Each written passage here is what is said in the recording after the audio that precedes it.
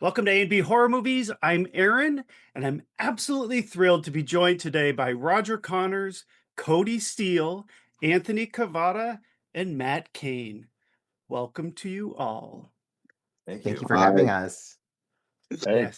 Yes, absolutely. So I can't wait to chat with you all about your brand new slasher called Meat. I've watched it twice. Congratulations. I think it's just plain incredible. It's thought-provoking. It's an amazing experience across the board. I love all of the stylish kills, the amazing effects, and it's just so damn good. So congratulations to you all on your brand new film. Thanks, man. Thank you. Yes, Thank of you. And so course. happy to hear a positive reception so far, and that seems to have been a trend. I hope that trend continues. So Yes, thank you. I think it will. Oh my gosh, it's so good. So let's jump right into it. Roger, you wrote and directed, and you also have a role in the film. So my first question for you is, what was the inspiration for Meat? What gave you the idea for this amazing new slasher? I've been a horror fan since I was a kid. I remember the first horror movie I experienced was Night of the Living Dead at the age of 7, and it changed my life. It really did. So I've always been infatuated with the horror genre.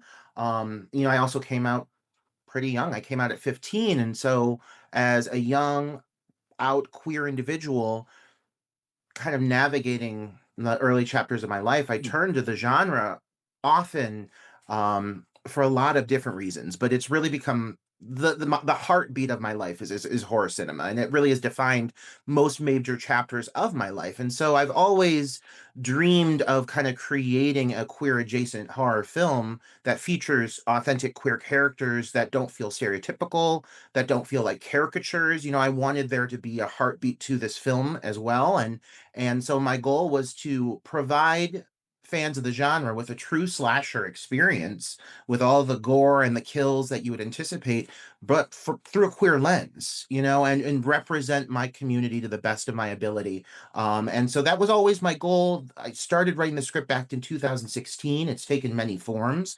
but I did invest a lot of my life experiences, things I went through, into these characters, and really helped flesh out that narrative. Mhm. I love that, and I should have mentioned that it is a queer slasher, but it's also it hits all of the slasher tropes in such a smart way, and it's groundbreaking as well, which I'll come back to. I want to ask you more about that, Roger. So I'll circle back, but my next question is for Cody. So you are the lead actor in the film. You play Noah. Lots of depth to your character. My first question for you is, how did you get involved with the project, and what sort of preparation did you go through to take on this character? Um, I was on pretty early. I mean, Roger reached out to me. Me and Roger have known each other almost a decade, doing indie film throughout the Cleveland area. And he reached out to me and said he had this awesome script, asked me if I'd read it. I loved it. I was about to move to LA, and that was kind of a problem, but we worked that out. In terms of preparation, Roger did a really great job of like just kind of laying it all out there in the script. So I had a pretty solid foundation to work off of. But we shot this film in like series. We shot for a bit in October of 2022. We shot 2022, right? Mhm. Yeah. We shot maybe the first chunk, and then we took about a 6 month break. And it was in that 6 month break that's when I took the script and I sat down with it and really put myself at where Noah had just been. It was a nice, like, perfect spot to really sit and just marinate in the story. And I was really glad we were able to do that. Excellent. Well, you did a fantastic job. Your character Thanks, is man. such an incredible arc from beginning to end, and the finale is just amazing. No spoilers here. And so let's see, Anthony and Matt, I have a similar question for you too. How did you get involved with the film? So Anthony, let me just check here. Anthony, you play Dante, and Yeah. Matt, you play Vinny. What was it like taking on those roles in Meat? Matt, you go first. Oh, of course. Okay. So, The genesis for this was basically Roger reached out and said, "Hey, Matt, can we see your ass on film?" And I'm like, "Sure, why not?" Before you even read the script, right? Before I read the script, yeah, of course, and other bits as well. But no, in all seriousness, Roger knew, how much of an ally I am to, the LGBTQ community, and it was also a really good opportunity for me to play somebody that's, really completely different from me. Being a straight, male and having to play somebody who is of a different sexual orientation was a really cool challenge. And I'm, so glad and honored that, Roger felt that I could, flex my, my acting chops with regards to that, because most of the roles that I've gotten cast in are usually just villain, or stunt guy. So it was really cool for Roger, in addition to seeing just the physical packaging of beef, which of course, he wanted to deliver on. Of course, if you're going to have a movie called Meat, you better deliver heaping slabs of beef. But anyways, it was great to be to be seen for more than just that. So Roger, thank you for that. That's Perfect answer. For me, I mean, I've known Roger for a long time, probably like 20 years at this point. But we kind of came up in the queer scene in Cleveland together. I was a bartender at one of our primary bars, and so this world is something that I'm extremely familiar with. And I sort of based my characterization off of pulling from friends that I know and drag queens and just a lot of influences from all around me. And yeah, and I was just really honored to have the opportunity to not only represent queer film but Cleveland film as well. So when Roger reached out about it to me, he definitely had Dante in mind, because we've had our fair share of disagreements in the past, and he knows I can be a real B when I want to. So he's like, "Can you put that into a character?" And I said, "Sure," without any spoilers. So yeah, so here I am. And we're just Yeah. really grateful to be here. Really exciting. Yeah, congratulations. Well, nicely done across the board. I think you all gave amazing performances, Thank authentic you. and amazing performances. So, Roger, you mentioned that you started writing the screenplay back in 2016. And I know that you co-wrote the screenplay. You share the Yeah. writing credit with Mhm. Zachary Shildwachter. Yes. Look at you. Okay. Shildwachter. Yeah, there we go. Can you, okay, usually I'm not spot on. So can you talk a little bit about, I guess, your creative process and what was it like writing the screenplay with Zachary? Absolutely. I'd love to talk about Zach, whom I know everyone in this dialogue is going to want to heap loads of praise on Zach, because without Zach and without Mick Coons, our director of photography, this film would not exist. And they've been involved from the moment I outreach to get anybody involved. They were the first two to come on board the project and have been there for a very long time. Meet When I started writing the initial script, it was tapping into a lot of the life experiences I was going through as a younger gay, and there were certain story arcs and certain elements that I have removed, and other things I put in, and when I was finally finding my footing with the script, it was very bloated, and it still is. It's a long film. It's 2 hours and 14 minutes long. So pack a lunch and get ready. But I brought Zach in as just a diehard horror fan, and said, from a horror perspective, without the queer lens, how does this read to you? How does this hit for you? Does this resonate with you as an everyday just straight guy who can sit down and just watch a horror movie? I want to make sure anybody who's coming in for the horror experience is getting that from me as much as the queer element. And luckily, Zach is an amazing ally as well, and really just helped bringing the script home. The final couple drafts were Zach going in and cutting major story arcs, removing characters, helping beef up other characters, helping define personalities. So Zach really was quite a saving grace. But the script was always extremely queer.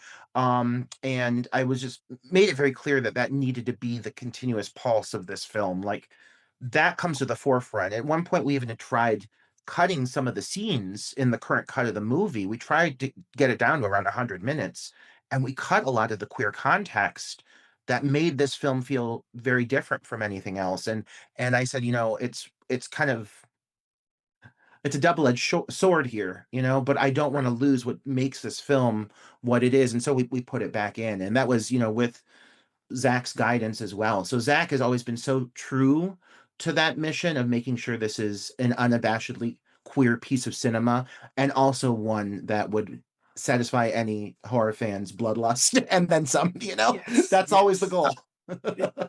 And as it should be, that's sort of the heartbeat of the film. I think if you were to cut out, I don't know what scenes you were cutting out, but if you had cut out like the intro, right, where you really get to know these characters, and there's a night of debauchery that ends very badly. No spoilers, although the trailer kind of gives that away. Ends very badly, and then I love that you spend time getting to know the characters, and you almost sort of forget that this is going to be a slasher film. But my God, when the slasher elements start, when we first meet the stud, which I believe is the name of the villain, Mhm. it's just amazing. The effects are so much fun. But I will come back to that. So I love to hear about how it all came together, and Mhm. the final product that we have now. With all of your characters, all of the characters in the film, there's sort of a moment where you hit rock bottom. Matt, maybe not as much with Vinny, but there is a moment at the funeral where you kind of see your vulnerability. But my question for you, and maybe Cody, we can start with you, is what was it? Because your character definitely hits rock bottom and then sort of climbs his way out. What was it like getting in the headspace of some of those emotional scenes, and then even disconnecting from the character of Noah? I would say one, it really is a group effort, and luckily everyone in this movie is extremely talented, and we trusted each other to be able to go to those places. Mm. Um, in regards to this was like the first time I've ever really dabbled in horror, and in horror, the especially in this one, like the situations are kind of extreme, and I found this really focusing on the relationships of these characters is what made it real for me. And once you focused on that, it kind of all just faded away, and you were able to focus and really fall into the moment.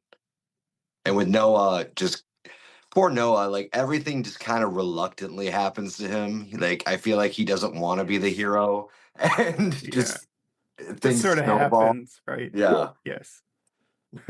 Well, I guess a similar question then for you, Anthony and Matt. What was it like getting into, like I said, the headspace of the emotional toll that these characters go through?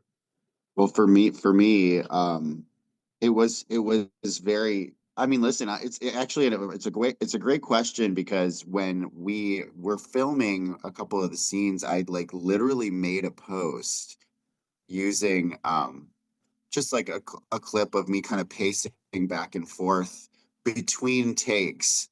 And I literally said sometimes, I think the verbiage I used was sometimes disconnecting from whatever character you're playing is the hardest part of being an actor. I'm not like a method actor, but boy, do I take my roles in and really feel and maybe because I'm an artist, I'm not sure why I do this. So but I will say I think that it brings forth a really good end result.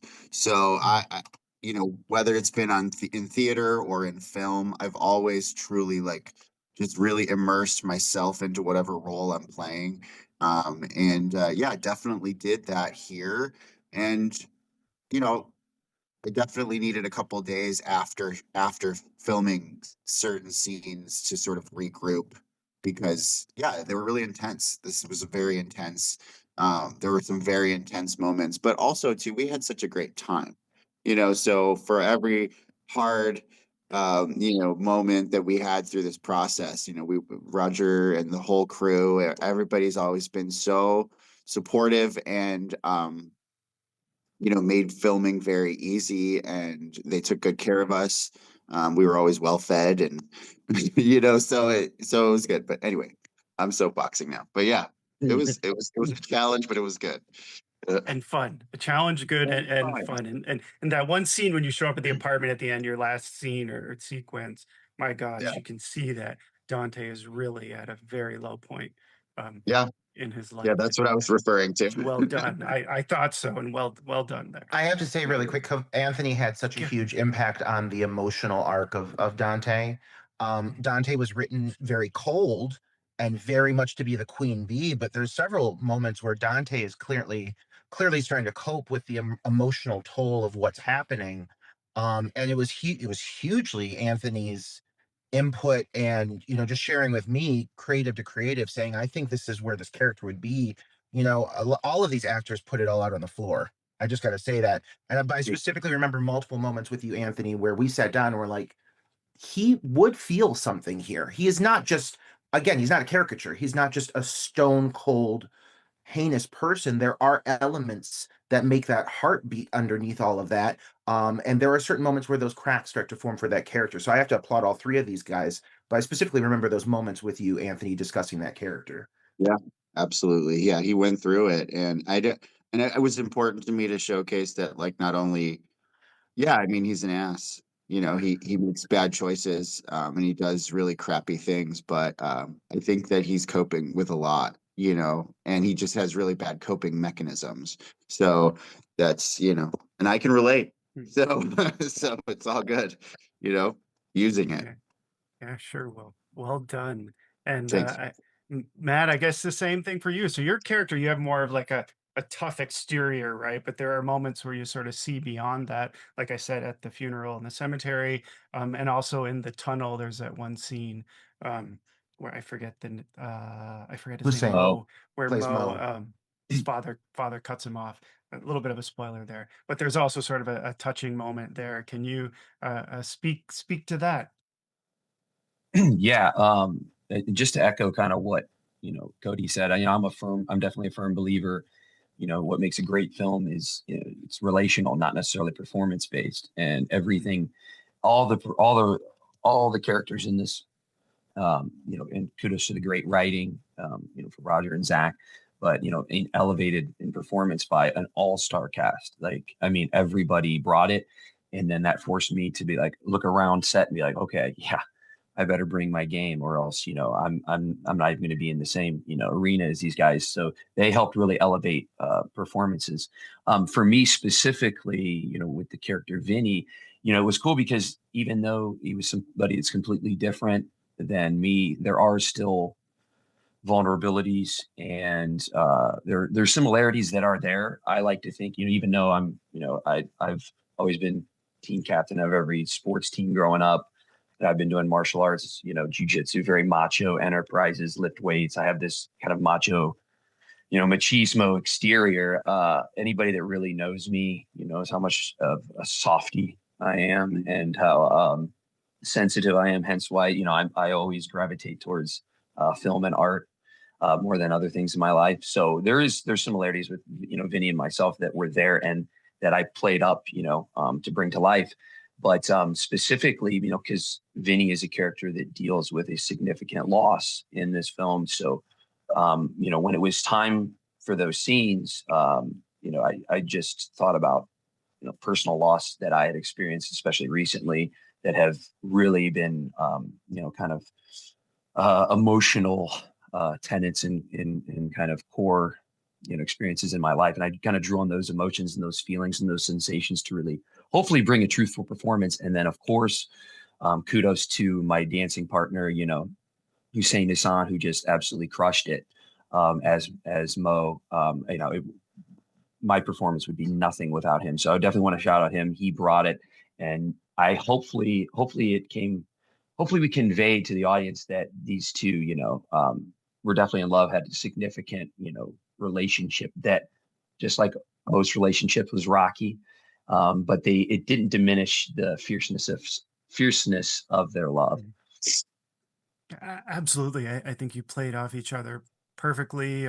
You brought depth to the character, and it was very believable. And from beginning to and I'm not going to say who lives and who dies. Um, You'll have to watch the movie. Let's see. So, Roger, I want to talk about the stud because, wow, what an awesome villain you've created here. Um, he's scary, he's frightening, he's kind of, or he or she, no spoilers, kind of sexy too at the same time. I think you've achieved something fantastic with the stud. So, I do have a question here. My first question is, what was the design process like to come up with the stud? The stun was probably like the most fun aspect of like pre-production. Well, costuming in general, because I did costume this whole film, and that's something that's always been a hat I insist on wearing in anything I work on because wardrobe makes the character, and wardrobe gives the actors the tools to literally get in the shoes of this individual and figure out this is who this person is, this is what they wear, this is how they operate. So, for the stud, initially I had wanted to have multiple wardrobes, that the stud with every kill changed the costume. I like an expensive set, but like that was a little too much. Maybe the sequel. But I was like, I really need something that embraces elements of the world of fashion because that does exist within this story, specifically for Noah's narrative. And I need this figure to be intimidating, but I didn't want to have like the cliche hulking slasher, like just Yeah. menacing, like Jason Voorhees or Leatherface. This individual needs to be like lean and sexy. It does have to have an element of that because the film is sexy. It's called Meat for a reason, and it's because we're putting a lot of meat on screen, all kinds of meat. So I knew that the killer had to like invoke that erotic undertone.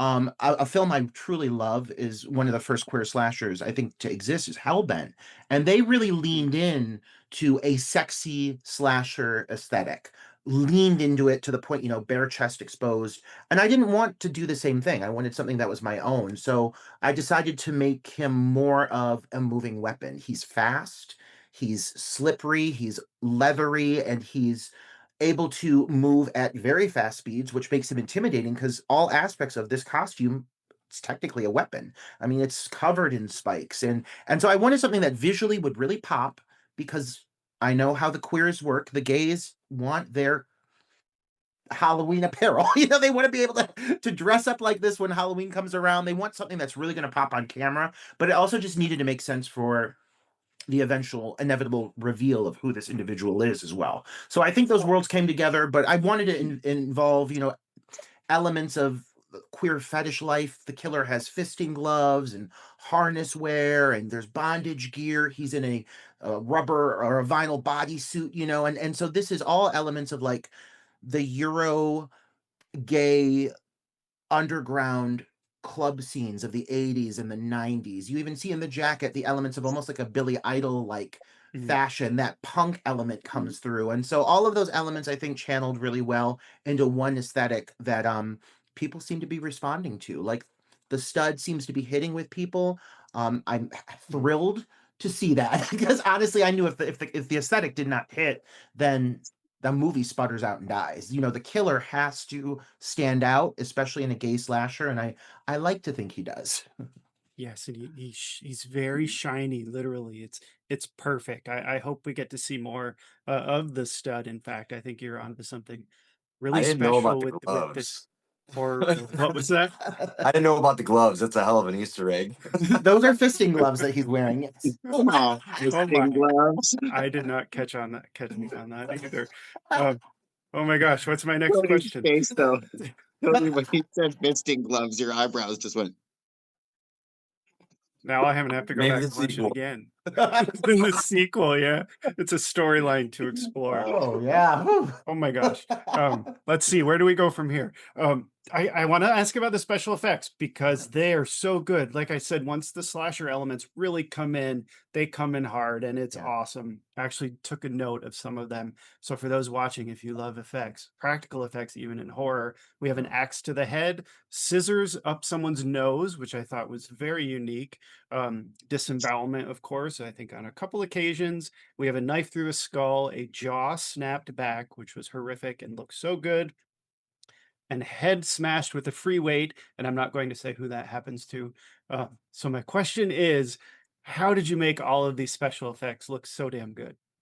We are very lucky to have a phenomenal makeup and effects crew, with some minor digital elements. I want to acknowledge that, but the Yep. practical elements.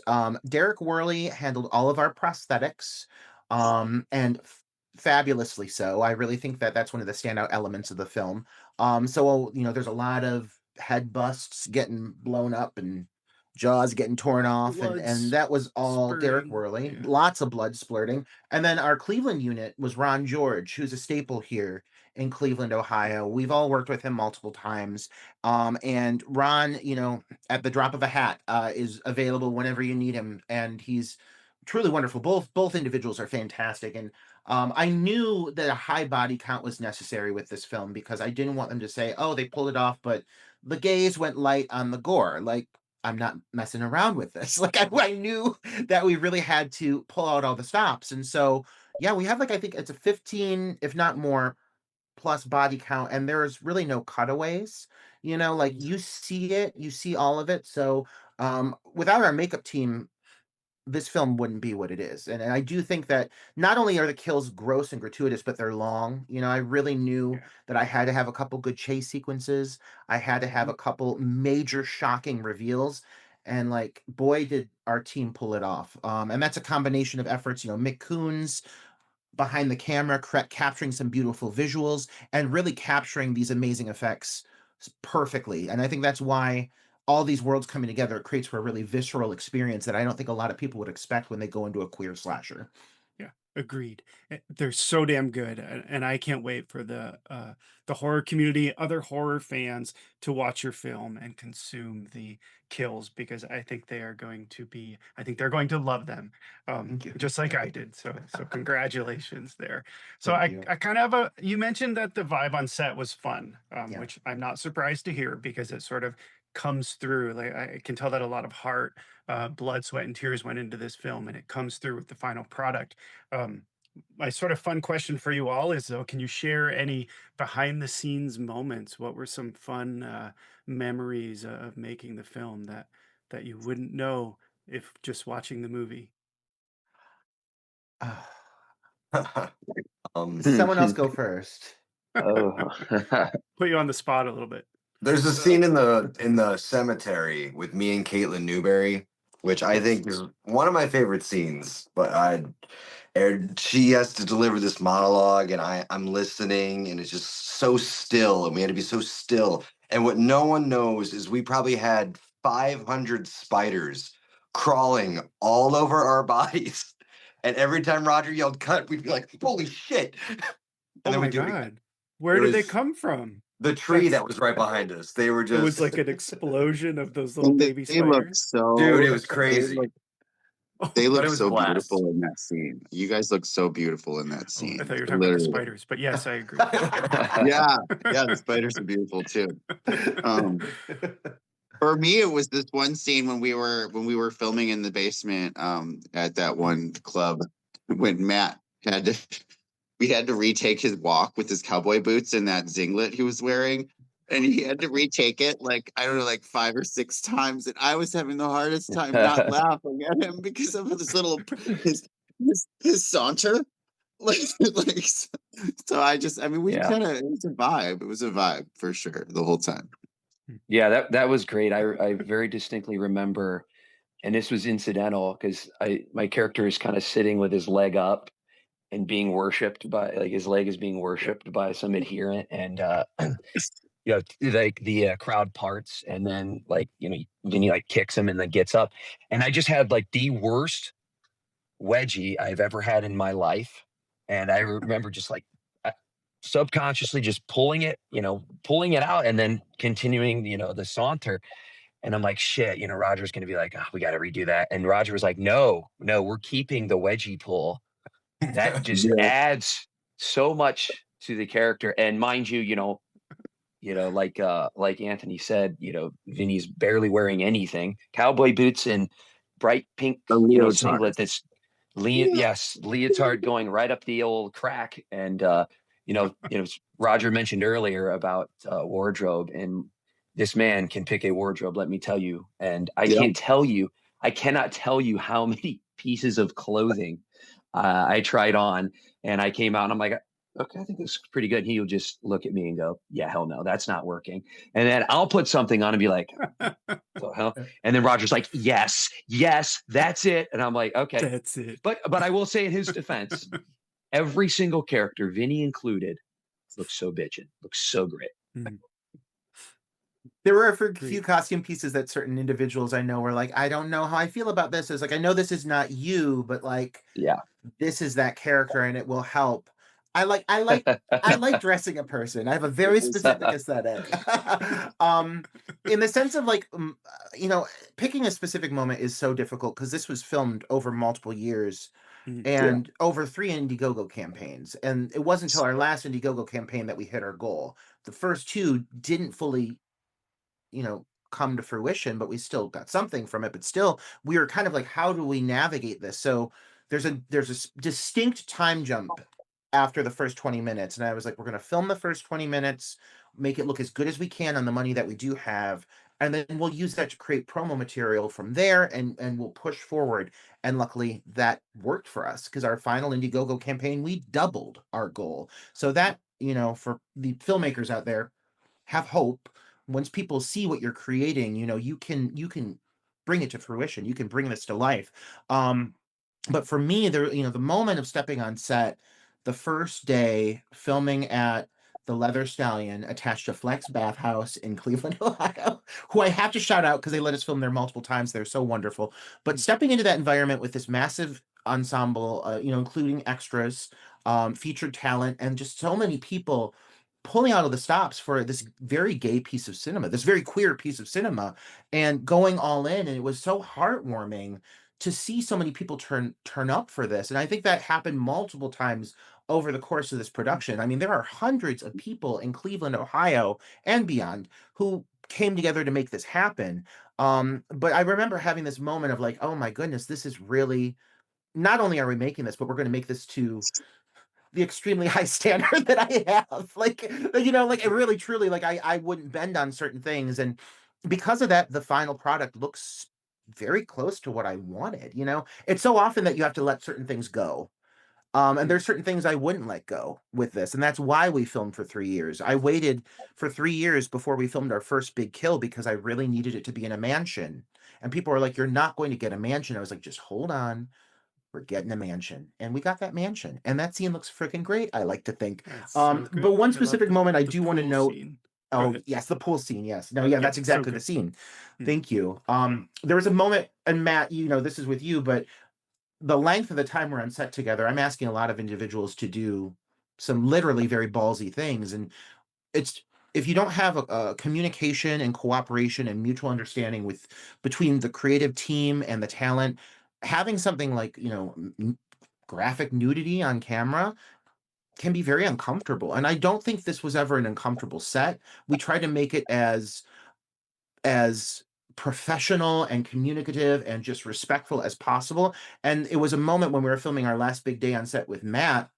Matt has a very graphic sequence of a lot of skin, and Matt was just hanging out naked. And I was like, we've come a long way on this set. Yeah. Like, gosh darn it. Like, I'm really proud because if it wasn't for like a very comfortable and respectful and loving environment, I don't think we could have pulled off some of these sequences that we did. And these are sequences that are meant to parody and put them under the microscope a lot of the sequences from the slashers that we know and love, where women are objectified gratuitously. In some of our favorite films, women are just constantly objectified, and men rarely have to feel that vulnerability. And so this was a very vulnerable set because we were speaking out on something that is a trend within the genre, and we were flipping it to be seen through a gay male perspective. We are graphically depicting a lot of gore, but we're also showing a lot of man meat, like literally. And so you have to do that very gracefully.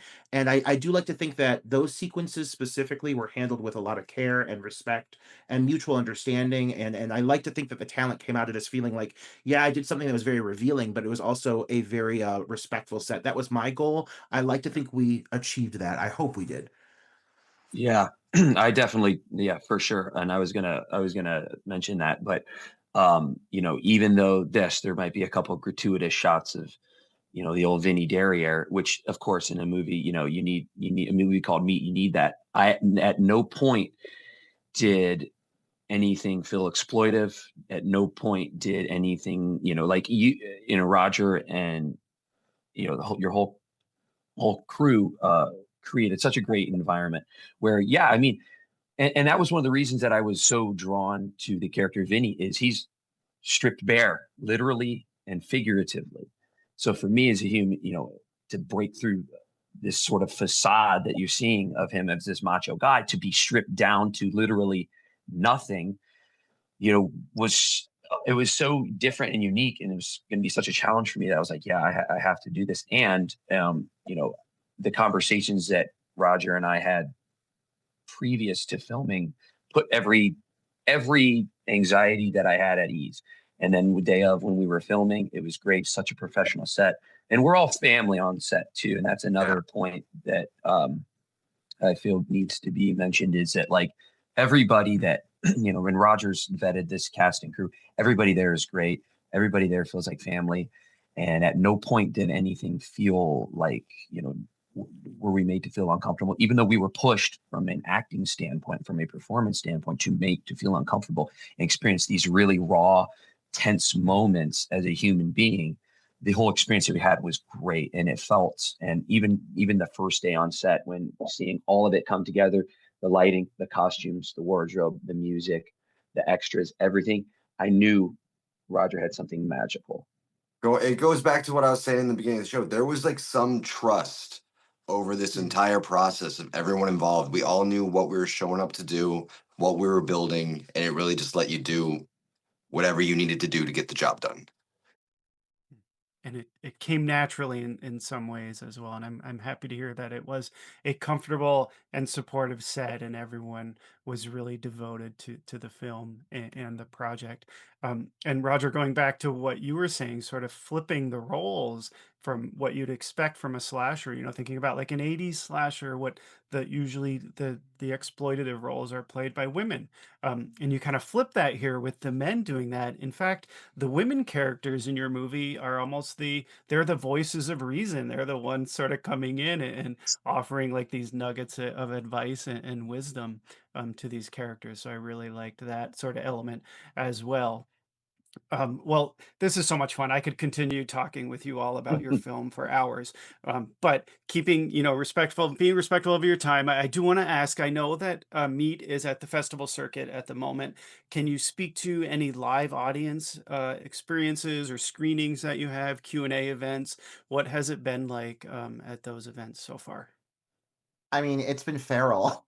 Like at a few Oh of the my God. I screenings, didn't like expect you to use that word, but that's awesome. no, but like honestly, like we did a test screening here in Cleveland, and we didn't know what to Okay. expect, Hmm. and the film wasn't finished. I mean, there was still, and that was the goal. We needed to know, like, do we cut it down? Like, what's working, what's not, and like we packed the house, and it was a visceral experience. So like Yeah. people are responding really well, and that's carried through to multiple film festivals now. We've screened in Texas multiple times. Last place you would think an ultra queer Hmm. slasher would thrive, and we've taken home multiple awards, and we're going to be playing in That's awesome. Toronto and then Australia. We just got accepted into the Perth Queer Indie Film Festival, which is wonderful. So we're starting to go international. So I think this is a film that's going to hit even So harder cool. Yeah. overseas in Europe, but Mm. here to see it in the States hit as hard as it is just on these early screenings alone fills me with a lot of hope, especially with everything going on right now. And not to like be this person, but you Sure. know, th- this film is from an artist standpoint, this is a protest. We are making the queerest piece of cinema we can to reflect a very diverse community. The horror community specifically, it consists of all shapes, sizes, colors, denominations, whatever you may be. There is a huge queer fan base within the horror community, and I want to acknowledge that, and I want to celebrate that because I grew up as part Mhm. of that, and that in many ways defined my life and who I am. And so I am creating cinema for those individuals, but with all fans of the genre in mind.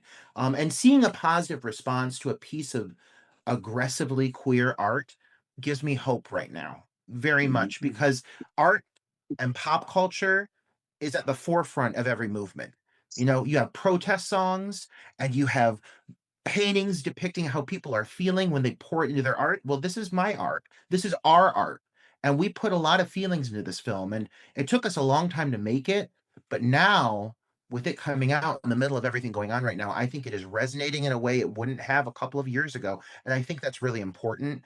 And so it makes me very proud. It makes me really, really proud of what we created, because we are passionate and we are being loud on purpose, because we have a voice in what's happening, and we want to make sure it's heard. As you should be. Wow. Very well said. Very well said. If it comes to Boston, let me know. I'd love to see it on the big screen. Uh, We will absolutely be hoping to come to Boston, because I I just love hope so. Boston. So maybe I'll If see it you. comes to Of Boston, course. I'm going to Boston. Yes. Yes, Yeah. yes. Well, me too. Let me know if it happens. Let's see. So, can you speak to? And that was amazing, Roger. Wow, thank you. That was so well said and spot on. Um, let's see. Will there ever be a sequel? And if so, would you all return? I know some of you maybe can't, but you never know, right? There are ways to write characters back in. When Will we see creating more of the stud? when creating like a press kit to promote the film, and trying to secure the best distribution we can, like I knew having the Mhm. script for a sequel was necessary. So there's already a script for Meat to the Bone, Hell yeah. which is the working title, Meat to the Bone, I love it. which I That's love. awesome. Yes. But there is a script, and the thing is, I knew I was creating really strong characters, so I knew that in some format we had to see individuals come back in some way, shape, or form. Mhm. So that has always been something in the back of my mind. Like, how can I give, even if it's cameo moments, still make sure that we tip the hat to those that set the groundwork in the first movie? So, yes, there's definitely a script for a sequel. It's really going to be determined by what happens with this film, though, and if it does do what I'm hoping and praying and thinking it could do, then hopefully you'll see a sequel from us pretty soon. I hope so. I hope so. So my next question is, how can people watch Meat, and will we get a physical copy? Because I'm all about physical media. I mean, physical, absolutely, because truthfully, there's 40 plus minutes that got cut from the movie. Like, There's even this could have more. been a Oh my gosh. miniseries. And it's, Even the thing more is, meat. it's good, deep material. Like, there's some great acting and great sequences that got cut, but when you're working with something like this, you got to do what's best for the overall format that you're presenting at that time. So there's a lot that could be released. And so we definitely absolutely want a physical release. But right now, we're holding the cards in our hands, because we're through the first leg of our film festival stretch, but the most of it is yet to come. We still have about 40 film festivals that are pending and we haven't heard from. And we're really Wow. feeling confident right now that we're hitting our stride. So we're holding those cards in our hands, physical and so forth. We have a great Indiegogo campaign that did wrap, but we have incentive. We have things that need to be delivered to those who supported us, but no physical release or Blu-ray would be released until a contract is signed on that. We're really hoping to get the best option for our release across the board. So that's a wheel that's in motion, but I'm holding a little bit because I really think the best is yet to come for me. And I think that's going to be an incentive for whoever does pick us up to Yeah. really want to know just exactly how valuable this piece of cinema is at the time that it's coming out. Aaron, I'm lobbying for a VHS release. Oh, So I think I yes. love that. That's making a comeback. it People are is. buying the VHS. Mhm. Yes. I will definitely get a copy if it happens. So you have one person at least out there in me who will buy the Thank you. VHS Steelbook 4K edition, whatever you put out. Nice. I Thank will you. consume it. Let's see. So before we get to the this or that segment, I wanted to ask you all, what's next? Are there other projects that give you an opportunity to plug anything else you might have coming up? Matt, I know you have a new film coming out called Gatling. If you want to say Yeah. something about Yeah. that, and anything else that you all might have. Yeah, absolutely. So after seeing, this amazing cast and crew on Meat, I had always my ultimate goal, in film was always to do my own stuff, to direct. But I've been a little reticent of late. And then, when I saw just the amazing work that Roger did on meat, I was like, you know what? I think we can give a shot at at this. And then so of course I take Mick and Zach. They were the first two people that I called. It's like, I need to. How can I make this vision a reality? So long story short, I just wrapped. So 1 year ago, actually 1 year ago, what is today? The 25th. Yes, 1 year ago, almost to the day, we wrapped my feature film debut, Gatling, and it is a action sports drama about a MMA fighter who tragically loses his young daughter, and circumstances pull him back into the ring to fight again. So we've wrapped that up a year ago, and we have a rough cut. We're pretty far along in the rough cut, and hopefully we're going to have a local premiere this year, and then much like Meat is doing, go on a festival run soon after. So be on the lookout for Gatling. You can follow us on social media at Gatling Movie. Very cool. Congratulations. That's very exciting. Thank you. I'm happy Thank for you. you. That's awesome. For me, I have I'm also a singer-songwriter, by the way. So I actually have a song in the movie.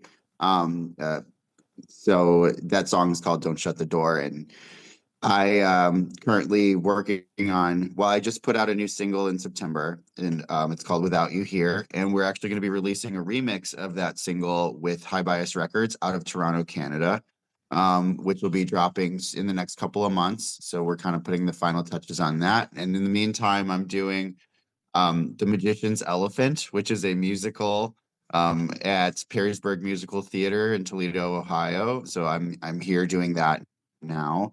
And yeah, just more new music. I have a new single coming out with Messmaker, which is another band from Cleveland. And yeah, just staying busy and any acting gigs that I can get. I love to continue to perform and so whatever. I'm just riding this wave. And I have to say, I have found such a safe haven within the horror community that I didn't even realize existed, like, until this film.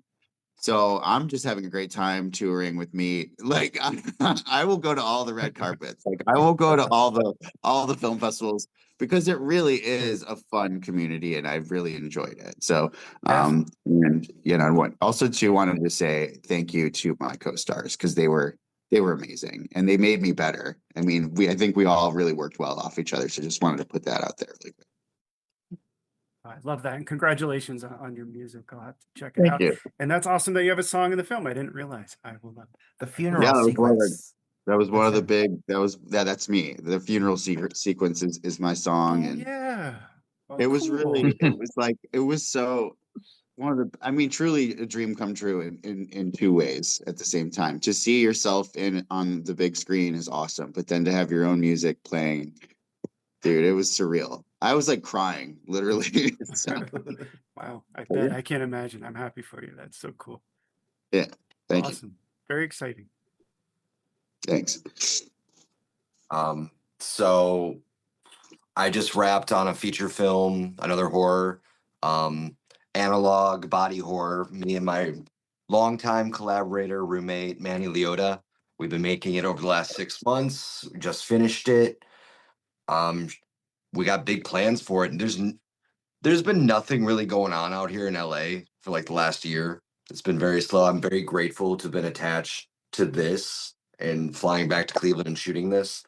And me and him this year, we just kind of said, fuck it. We're going to take the money we have. We threw it all into this project and it's turning out amazing. And right now we're seeing what we can do with it. So stay tuned. Cool. Yeah. Keep me Oh, yeah. updated. That's awesome. I'm all about horror. So Yeah, I'm in the horror world from now on. You guys got me. It's a safe place to Excellent. be. Safe Yeah. place to Yes. be. Roger, I don't know if you have anything to add. If there are other upcoming projects, you're probably all consumed with meat at the moment. But I normally act, primary to anything. I came into film, the world of cinema, as an actor, and so I did take a bit of a break during Meat. But coming out of it the last year, I was able to kind of get back into it. So I luckily got to work with Christopher Moore, based out of Mississippi, and was part of a Oh, film yes. there, Until You're Alone, which is Yeah. another queer-themed giallo, and it was really great I love his experience. films. Christopher Wesley Moore.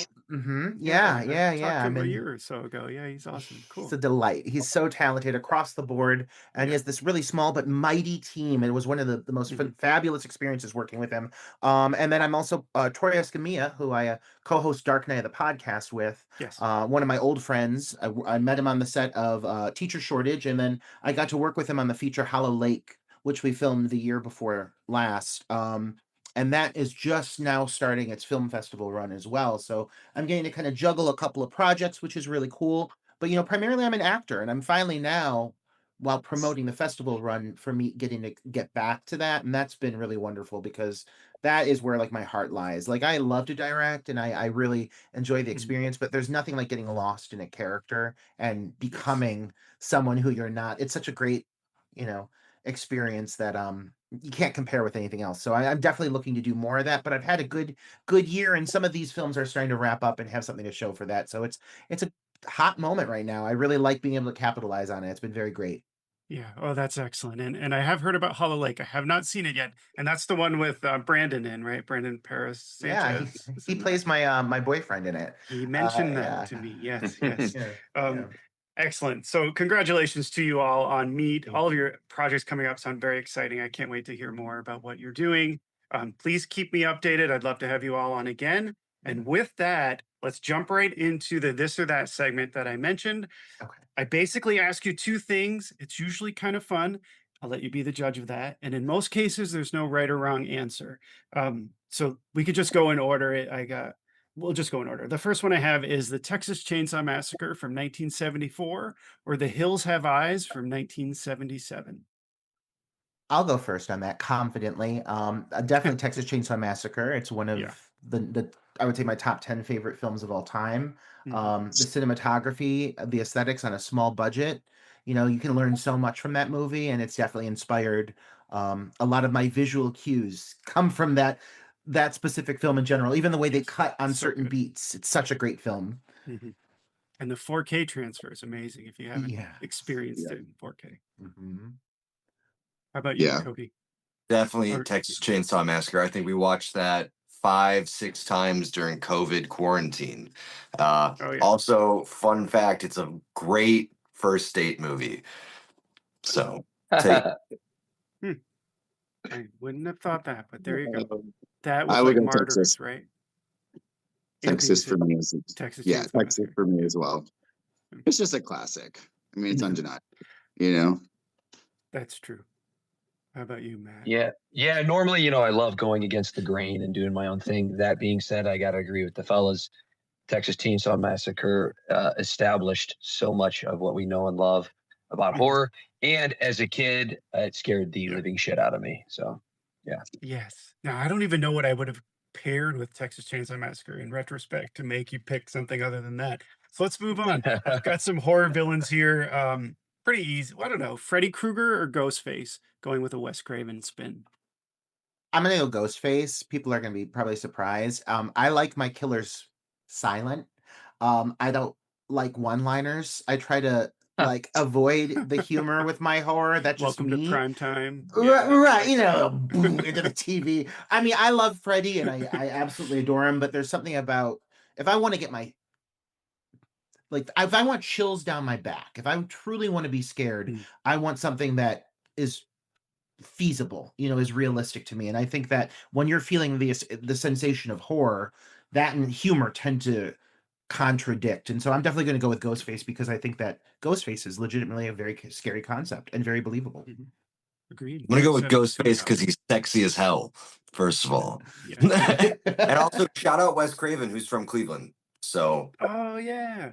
Okay. Good choice. I'm going Ghostface as well. Just because I love the Scream series. I think all in all it's kind of well, I mean they're both so iconic though. So I really don't know. This is the tough one. Matt, what do you think? I'm going with Freddy.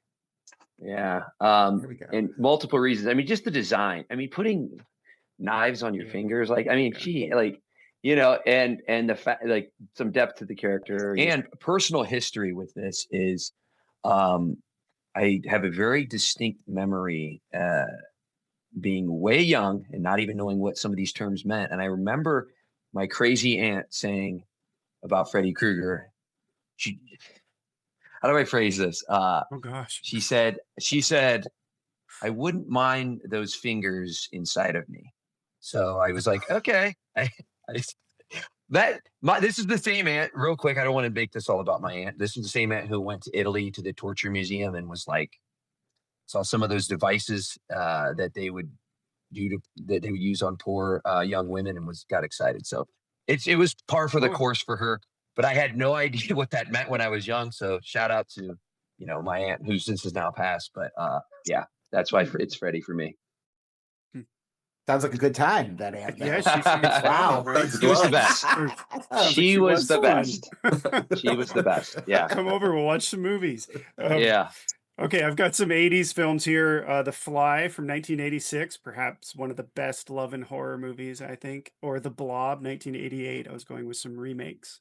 The Blob 1988 is one of my favorite films of all time. Shawnee Smith as Meg Penny is the most underrated final girl of all time, in my personal opinion, because she starts off delicate and demure in a cashmere sweater, and by the end of it, she is Patricia Tallman in the Night of the Living Dead remake with that shotgun. I Kicking think the Blob ass. remake is one of the best remakes, period. And so many horror fans just brush it off because they think of the original. If you have not seen the Blob remake, you have to see it. It's one of the best I horror love it. movies ever. It's so good.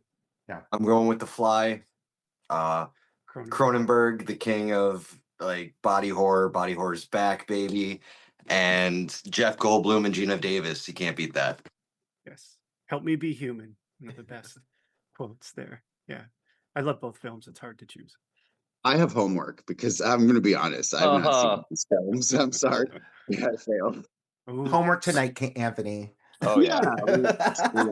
Watch them both. It's a perfect double feature It because they are is. both remakes. Okay. Start with Deal. The Fly, I would say. We will. Okay. Yeah. Yeah. It's crazy enough. I literally just rewatched The Fly last night. I'm not even joking. No way. It's Yeah. so good, So right? So good. yeah, even better. I mean, I watched it when I was a kid, and then I just rewatched it, and my God, the effects are still incredible. The way that they show the transition, as Jeff Goldblum, Seth Brundle slowly becomes this character, the makeup, the effects to show those transitions are incredible, and they still hold up so well today. And there's actually some really good commentary on like identity, love, domestic violence, masculinity. There's a lot. If you look beyond the surface of just of it being The Fly, like there's some really good commentary and some depth there. And of course, Cronenberg is one of the greats. Gotta go The Fly. Yeah, that's tough. I do love it, though. You make a very good case. Oh, man. Back to me to pick another one. I was processing what you were saying. Let's see. A ski resort getaway or a Cancun all-inclusive resort vacation? I Still Know What You Did Last Summer, and there's nothing better to me Part than a two, three-woman, a three-woman chase sequence, and I just picture that when you say that. I don't like the snow. I think it's because I'm experiencing it right now, as we all are in Cleveland and Boston. It's miserable outside, so I want to get Sure is. away and go to that beach resort. That sounds better to me. And Jamaican Jack Black, right? Wasn't he? That's not racist at all, that No, character. Not at all, yes. Oh my gosh. Roger, I'll meet you on the beach because I am not going back to the snow anytime soon. Sorry, guys. Makes sense.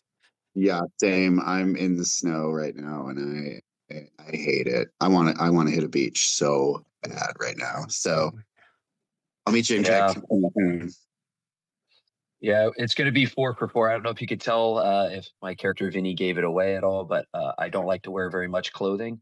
So give me the beach, give me the hotness, give me the heat, give me the sexiness all day. Give him the Speedos. Speedos. Okay. Yeah, there you go. Yeah. Maybe not Okay. that, but everything else, yeah. Everything else. Okay, just a few more here. I've got some 80s again. Sleepaway Camp from 1983, going with some classic sleepaway camp slashers, or Yeah, or The Burning from 1981.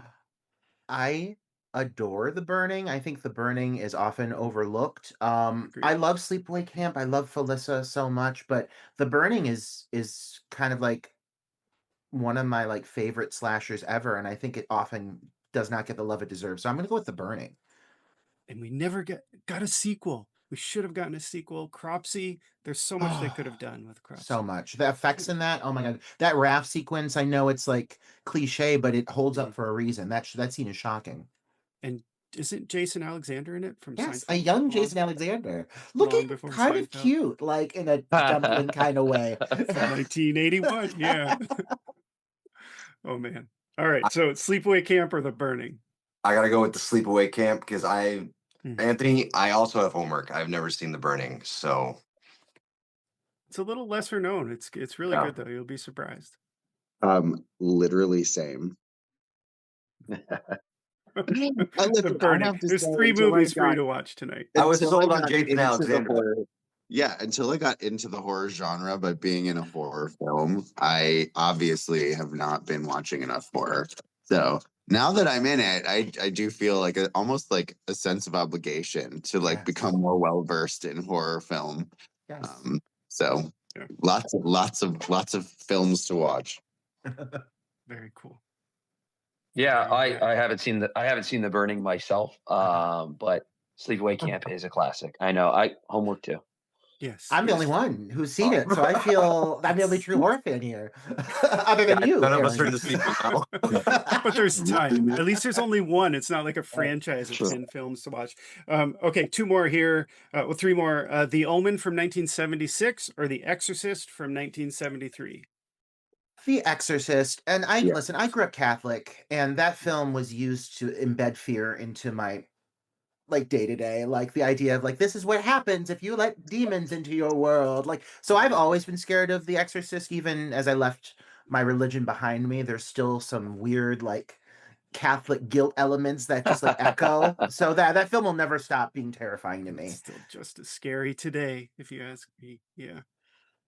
The Omen is my father's favorite horror film and made me watch it when I was a kid. But The Exorcist, when I was a kid, my neighbors had a signed picture of Linda Blair at the bottom of their basement, and I would not go down those stairs because the picture terrified me so much. And just like you, Roger, raised Catholic, and I swear I spent the ages 9 to 11 thinking I would be possessed if I fell asleep. So that movie's haunted me until when we were in Houston and Linda Blair was there and I got to see her with my own eyes. That healed something in me and I was able to move forward. Wearing that She's PETA fine t-shirt. now. Yeah. Oh my gosh. All right. Exorcist for sure. Exorcist. Yeah. Yeah. It's a classic. I was told as a child, is his name Damien in the Omen? Yes. The Yeah. child? Yeah, I was told as a child I looked like Damien. So Oh yeah. I don't know if that's a could see good thing or as a kid. I have to pull up some baby pictures. I guess I did. I don't know. So I guess because of that, we'll go with the Omen. Did you have a nanny that killed herself in front of everyone at the birthday party? No, we had a crazy aunt that wanted to bang a guy with scissors on his hand. Just crazy aunt. Yeah, just that. Yeah. It likes getting, Oh my gosh. fingered by Freddy Krueger, but other than that, Matt just had 2 Oh, boy. Rottweilers next to his cribs at all times. yeah, right. Yes. Wow. Okay. 2 more. We're almost done, I promise. A horror movie in a sold out theater or watch at home with all the lights out.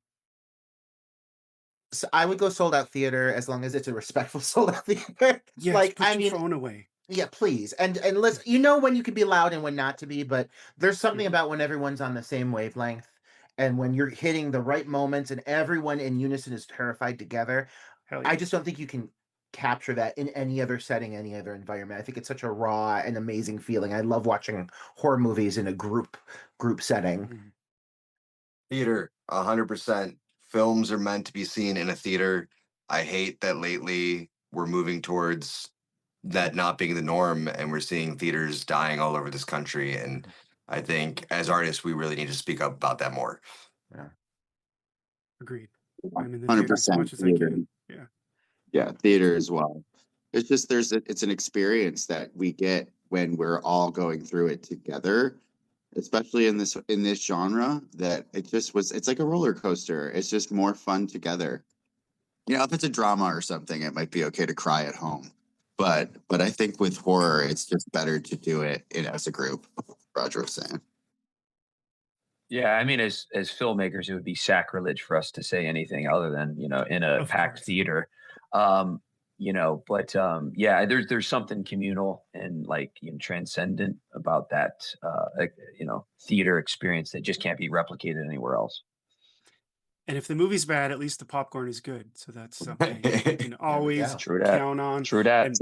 And yes, my very last question here is the Halloween franchise. So all of the Michael Myers films, or the Friday the 13th franchise, every Friday the 13th film, including the remakes. So Freddy versus Jason, I think, would fall in there too.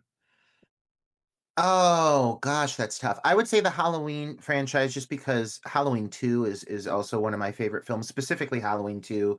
I did not Okay. connect with the 2018 reboot series personally, but I think between Halloween 1, 2, and H2O, that's my trilogy personally for me, and nothing in the Friday the 13th series quite hits a pinnacle, or just an overall just draws me in quite like the Laurie Strode sibling relationship with Michael. So that will always be close to my heart. I do love the first 10 minutes of Halloween 2 by Rob Zombie. I mean, say what you will, but Octavia Spencer taking a knife to the face is terrifying. It's terrifying, and so I got to give credit where credit is due. Go on Halloween as well. Me and my roommate just recently rewatched Halloween 2, and we were talking about how John Carpenter was drunk when he wrote that script, and how that car just comes in and bursts into flames in the first 5 minutes of the movie. It's insane. It's untouchable. Yeah, Halloween for me as well. When we got back from Houston, my partner Marcos and I kind of had a viewing party and went through them, and just great stuff. So for me, it's Team Halloween. Excellent. Yeah, I mean, although if you can include this in the Friday the 13th, Freddy versus Jason is a lot of fun. But yeah, I mean, you can't go wrong. Halloween, I just feel it's so iconic. Even just the score, the very first Halloween, just set the bar so high for what you can do, with an independent, horror film. Yeah, and then yeah, it's classic. John Carpenter, Classic. legend. Masterpiece. Yeah, it's so good. Yeah. My favorite film. Well, let's see. So congratulations again on your film Meat. I loved it. I think it's incredible. If you're watching and you haven't seen Meat, stay tuned. Check it out as soon as you can. Roger, Cody, Anthony, and Matt, thank you so much for coming on today. Thank you for playing along with my This or That segment. And one last time, congratulations on your film and all of your upcoming projects. I can't wait to hear what's next for you all. Thank you so Thank much you. for having us. Thank For our you. first Thanks for having us. cast gathering on any podcast or anything, this is a really wonderful experience. We've not had a chance to talk much about it together yet, so thank you for leading a beautiful little interview segment. We're very appreciative. Thank you. Yeah, Well, thank that was you. a blast. Yes. Thank you. It was Love you so guys. much Love fun. you. Love you guys. Love you guys. Thank you. Thanks, Aaron, so Awesome. much. We appreciate it. Yes, See of ya. course. Thank you. Bye, everyone. Bye.